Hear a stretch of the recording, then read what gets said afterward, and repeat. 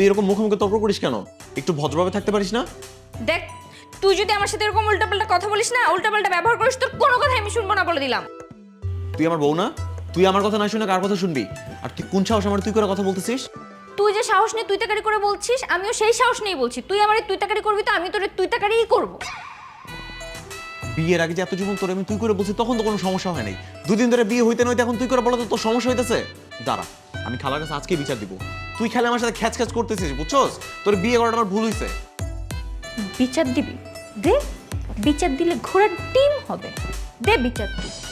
কি রে, তোরা কি শুরু করলি? মানে উনি কি তোর বউ নাকি বোন? বউ, খালাতো বউ। খালাতো বউ?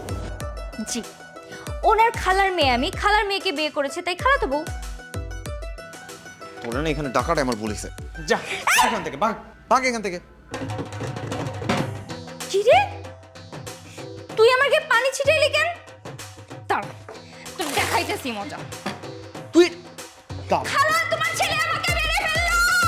করছে কি দেখছস?